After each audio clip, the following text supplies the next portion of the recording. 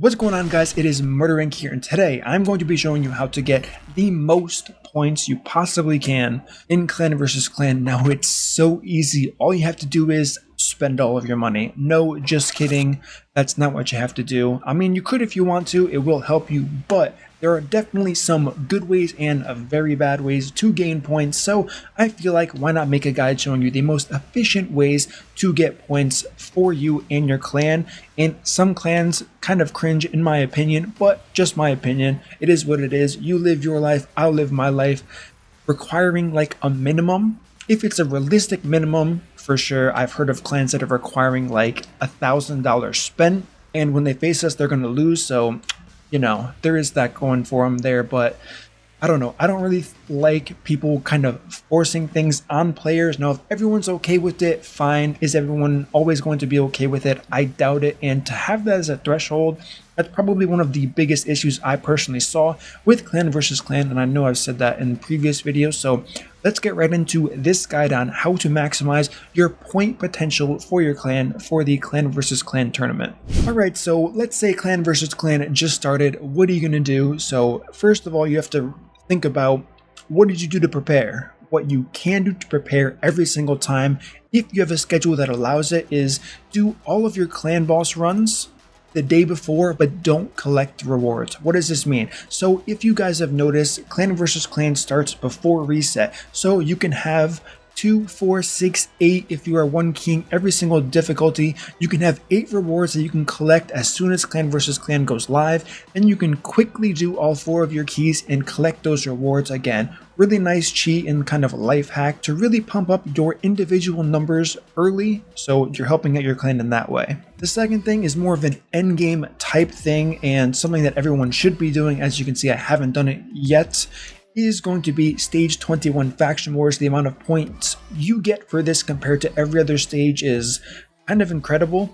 Now, if you can't do stage 21, just do your faction wars every single day. That's kind of self-explanatory, but the key here is if it does take you a little bit longer to struggle through stage 21 over 20, trust me, it's worth it. The point difference is 1,500 per 4 keys you use to this, so that's going to add up quite quickly. The second thing you're going to want to do is, if you happen to have negative 2.147484 billion silver, this is just the integer cap. I'm sure I have more silver than this. Just upgrade all of your gear. Yes, I know it's not an artifact upgrade event. It rarely is. They don't really like to stack meaningful and beneficial events during Clan vs. Clan. Smart marketing, by the way. But this is a good time to upgrade your gear to 16 if you can afford it and do have the silver, because you would be surprised at the amount of points you can actually pull in without even realizing it. Now, one thing that most people should know about by now is the forge. If you're like me, you never use the forge, especially on sets that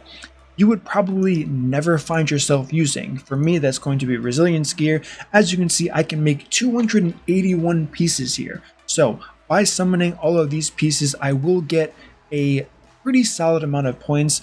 Now, as we can see, there's just 20 there. However, if I wanted to hook this up to an auto clicker, this can get a little bit risky, as it's not going to scan which gear you want to keep. For me, I'm just going to sell all of the resilience gear because I have no use for this set. If this doesn't apply to you, you're going to have to sit there manually and sell all the gear, gaining more silver so you can upgrade gear. Kind of a win-win situation if you ask me, but that's my opinion there. So that is another great source of Clan vs. Clan points for you. Outside of this, and this is another issue that unfortunately I do not like, is upgrading champions. I pulled a Rehobone Spear probably 8 days ago. Now, I wanted to use her right away, but I couldn't because I knew Clan vs. Clan was coming up, and it's worth so many points to upgrade a champion, 6-star them, ascend them, buy the masteries. Speaking of buying the masteries, thank you for reminding me. Buy the masteries. For those of you who don't know already, you do get 1 point per gem that you use, so 800 free points. Clan, you're welcome. You can thank me later. But there is actually a very efficient way to kind of approach the leveling system here, and I'm going to show you very quickly. So first, go to the Tavern. We're going to go to upgrade level. Now, one thing you want to do is, before you start feeding any champions for books, if you do have a surplus of brews, like I think a lot of people probably do have, like look at all of these rare champions that I have that Some of them are duplicates, so I can't use them as books, but I'm always going to put 2 brews into every single one, giving me 70 points per champion here. It's really quick. I can just go through all of this. If I don't hit cancel immediately like I did, once again, everything in this game has a price. This costs gold and requires you to have the brews coming into this. But once again, these are very, very fast points going into all of this. Once you do this enough time, then you can start feeding them for skill ups. After you feed them for skill ups, you can use these as chickens, or you can just feed these to higher level champions instead of brews. So like these champions you see here, none of these are skill ups. So the first thing I'm going to do is I'm going to feed the non-skill ups to one of my epics and just complete the process. So I do 2 brews for rare champions. If it's an epic, I will in fact feed them 5 brews. If it's a legendary that I have that I've been saving up, I'm also going to give them 5 brews. Sometimes I give them 6, or I'll just take them straight up to level 50 and let them sit there. It really depends on how many points my clan needs and what I can spend. One thing I wouldn't recommend is just blowing through all of your books just to say you did. You never know if you're going to have a rough time, you're going to have low energy the next clan versus clan, because this is a repeating thing and it is resource intensive. So don't just blow all of your books right away. Definitely think ahead as to what you need for your clan and what you need personally. Hit whatever goal you have 4 points before just dumping all of your resources each clan versus clan. You'll probably end up quitting the game rather quickly if you do approach it that way. Now we're going to get to the most important part of clan versus clan, which is going to be 3v3 arena. One thing that everyone should be doing is putting a single man defense up the night before. Another thing to do the night before is make sure you're buying refills. You can't buy it from here. What you have to do, I'm not 100% sure on this is just the way I've always done it. You're going to go here, you're going to start buying this. The price does increase each time you buy it. So if you want to be efficient with this, you are going to buy it the reset before clan versus clan starts. That way it's going to reset and you'll be able to rebuy it at the original low price, and you'll have all of the tag arena refills available to you and you get a ton of points. As you can see here, I'm a slacker. I am in gold 3 and not gold 4 because, I mean, no excuse besides poor planning, but let's just see what I can yield here in gold 3.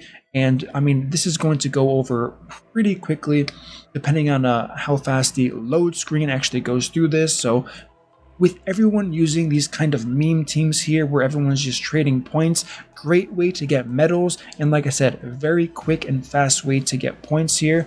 So as you can see, 705 clan versus clan points for me to contribute to my clan. There's an overlapping tournament for this, great.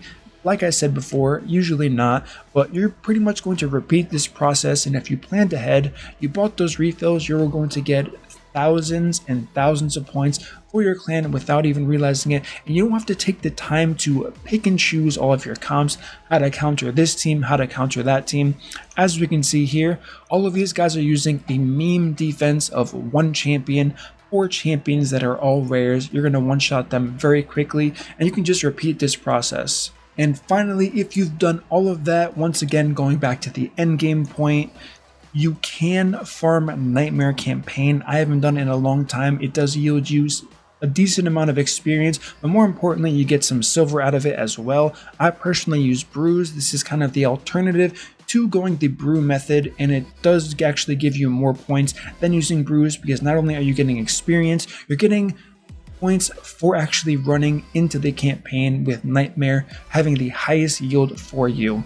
If you aren't going to do this, the last thing that I can cover here is simply farming dungeons. I say simply, yes, it requires energy. You would have to stock up on energy beforehand. It does cost money to do that. So if you want to kind of go to the max level, you can go ahead and use dungeons to your advantage, farm overnight, farm during the day whenever you have free time, or just using your free energy. It's going to give you a good amount of points doing the highest level of difficulty you possibly can. Outside of that, I really wouldn't bother with Classic Arena besides using your daily tokens.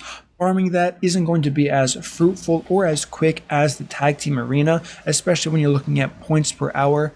And one thing that I'm never going to recommend to anyone is never, and I mean never, open shards for clan versus clan it's a complete waste. You're going to get nothing. Yes, you're going to get new champions, but like you can see here, 10 points for a rare. You barely get any points for a rare, epic, legendary here.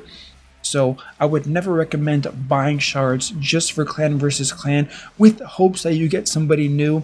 Yes, it could potentially have this huge gain for you, but it can also be complete train wreck and disaster, and you could be wasting tons and tons of money. So don't do that. I would never recommend a viewer to do that just for some extra advantage that you really don't need overall. Like we just saw there, 100 points for an epic. It's really not cutting it when we just looked at 3 versus 3 arena, how cheap the refills are, and how many points you can in fact get from just farming these teams that you can beat quite easily. One other thing you can do that's very popular is saving fragment champions, or when clan versus clan comes out, you will get the credit for actually summoning that champion. Then you can fully build them and book them out as you please. It's another kind of little life hack you can use, and I think most people are already doing that, but just in case you aren't, that's another way.